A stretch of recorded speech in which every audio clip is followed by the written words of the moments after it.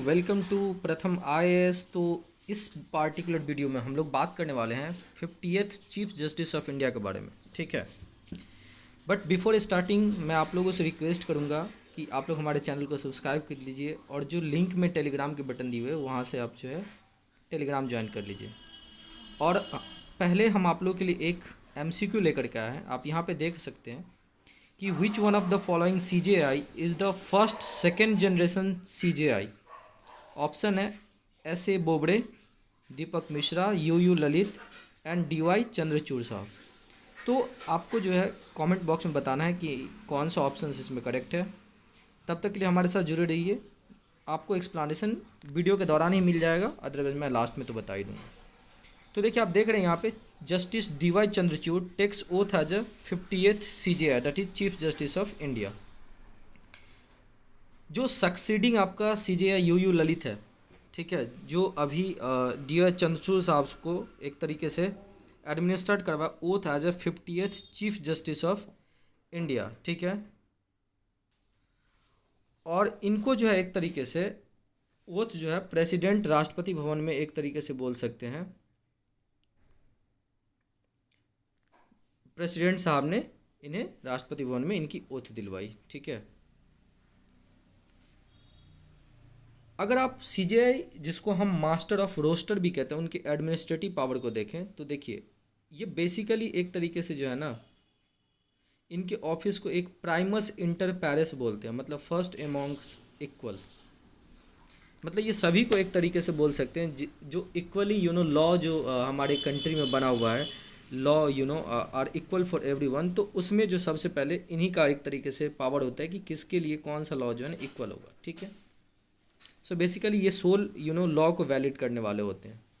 अगर आप supreme court की बात करें तो अगर आप इनके एडजुडिकरी रोल को देखें तो उसके अलावा जो है ना, इनके एडजुडिकरी जो रोल होते हैं उसके अलावा इनका जो रोल है administrative head of the court होते हैं ये। ठीक है, और अपने एडमिनिस्ट्रेटिव कैपेसिटी में जो सीजे है वो एक्सरसाइज करता है कि कौन सा केस किस पार्टिकुलर बेंच को जाएगा। मतलब ये बेसिकली केस को अलोकेट करते हैं अमॉन्ग्स द नंबर ऑफ जजेस ऑफ सुप्रीम कोर्ट।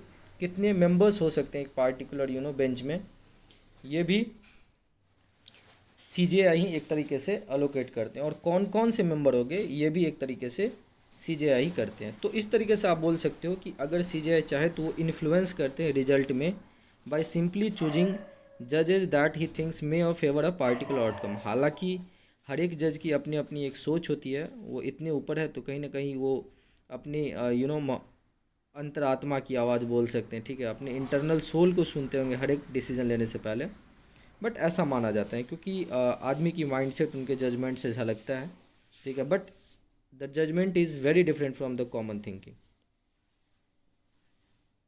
और ये जो एडमिनिस्ट्रेटिव पावर है, मतलब सीजेआई की जो इन सब पावर जैसे अलोकेटिंग केसेस, कौन से जज कौन से पार्टिकुलर बेंच में होंगे, ये सब जो है ना, कोई कॉलेजियम इसमें कंसेंसस नहीं होती है, मतलब कोई ग्रुप ऑफ मेंबर्स नहीं होते, केवल सोल सीजेआई की इसमें हस्तक्षेप होती है। ठीक है, और एनी स्टेटेड रीजन आप इससे कारण भी नहीं पूछ सकते हो। ठीक है, कि आपने ऐसा क्यों किया। अगर आप सीजेआई की रिमूवल की बात करोगे तो देखो, सीजेआई की रिमूवल जो है ना सिंपल नहीं हो सकता भाई, उसके लिए जो है ना अध्यादेश लाना पड़ता है। और अध्यादेश की जो है ना एक तरीके से उसमें स्पेशल मेजोरिटी चाहिए। ठीक है, तो ऑर्डर ऑफ प्रेसिडेंट उनको रिमूव कर सकते हैं, but address by parliament has been presented to the president. ठीक है, there should be supported by a special majority of each house of parliament. और ये जो ग्राउंड्स ऑफ रिमूवल होती है वो मिसबिहेवियर और इनकैपेसिटी, मतलब अगर इनकैपेबल नहीं है जजेज, जो हमारे कॉन्स्टिट्यूशन के आर्टिकल 124(4) में दिया गया उसके तहत ही इन्हें हटाया जा सकता है। अगर हम आपको बात करें तो हमारे कॉन्स्टिट्यूशन में 4 टाइप्स ऑफ स्पेशल मेजोरिटी है,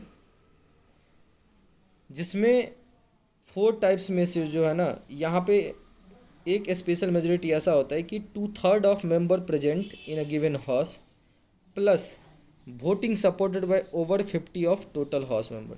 जैसे मान लो कि अगर हमारे राज्यसभा में 243 मेंबर हैं, तो एक तो इसके 2/3 ऑफ मेंबर प्रेजेंट मान लो कि 50 हैं, या मान लो 30 मेंबर हैं, तो 20 मेंबर्स एक तो वहाँ पे प्रेजेंट होनी चाहिए, और साथ साथ वोटिंग सपोर्टेड होना चाहिए 50% ऑफ द टोटल वोट। मतलब लगभग में सपोर्टेड वोटिंग कितनी होनी चाहिए, जैसे मैंने बोला कि 243 है, तो 122 के आसपास जो है ना सपोर्ट करना चाहिए इस पार्टिकुलर बिल को, तब जाकर के ऐसा जो है ना रिमूवल ऑफ सुप्रीम कोर्ट की जो एक तरीके से बोल सकते हैं रिजोल्यूशन होगा वो पास होगा।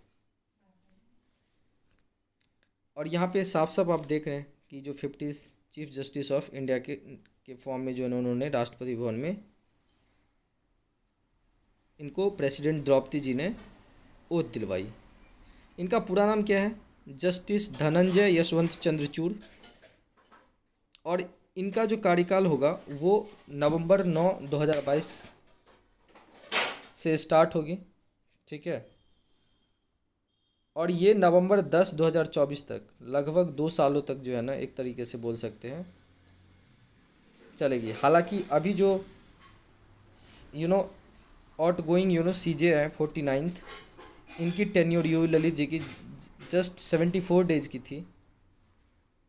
अगर आप करंट जो चीफ जस्टिस चंद्रचूड़ साहब इनकी जो की जजमेंट को देखोगे तो ये सबसे इम्पॉर्टेंट है कि ये एक रिफॉर्मिस्ट अप्रोच को अपनाते हैं, और जो वुमेन राइट्स होती है उसके लिए बहुत ही स्पेशल इनकी जो जजमेंट होती है। जैसे 2017 में ये एक पार्ट थे 9 जज बेंच के जिन्होंने अपहेल्ड किया था fundamental rights intrinsic to the life and liberty, जो प्राइवेसी की थी, जिसको famously K S. Puttaswamy versus union of India case कहते हैं, ठीक है। फिर उन्होंने वैलिडिटी ऑफ आधार स्कीम को भी इन्होंने चैलेंज करने में, और एक तरीके से बाद बाकी जितने भी वहाँ पे उस बेंच में जजेस थे उन्होंने सपोर्ट किया था आधार स्कीम को, बट ये सोल डिसेंटर थे, ये अग्री नहीं किए, और उन्होंने नहीं किया, और उसके कारण से उन्होंने एक टिप्पणी की, बोला कि लोगों की जो आइडेंटिटी है ना वो आधार के केवल 12 डिजिट में जो है ना नहीं समाया जा सकता। लोगों की आइडेंटिटी बहुत इंपॉर्टेंट है, हर कुछ आधार से जोड़ना जो है ना गलत बात है, क्योंकि कहीं ना कहीं जो डिजिटल साइबर क्राइम होती है वो बढ़ जाएगी और लोगों की जो प्राइवेसी है वो खतरे में आ सकता है। फिर 2018 के सितंबर में सेक्शन 377 जो होमोसेक्सुअलिटी को डिक्रिमिनलाइज किया गया उसमें भी ये थे, और उस टाइम पे इन्होंने बोला था कि it was an antiquated and anachronistic colonial era law, और ये सोल डिसेंटिंग थे right of 5 activist arrested in the Bhima Koregaon cases, और उन्होंने बोला था कि जो डिसेंट होती है ना it is a symbol of vibrant democracy. साथ ही साथ ये 5 जज बेंच जिन्होंने हिंदू साइड क्लेम किया था title of Ram Janmabhoomi land, उसमें भी इनकी जो है एक तरीके से इंक्लूडिंग थी, और इनकी जो लेटेस्ट जजमेंट है जिसमें single women are equally eligible to the protection of abortion law, ठीक है, तो उसमें भी इनकी जो है एक तरीके से बहुत बड़ी भागीदारी है। और ये right of women of menstrual age to enter the Sabarimala temple, उसमें भी ये एक तरीके से अपहेल्ड किए थे इस पार्टिकुलर केस को।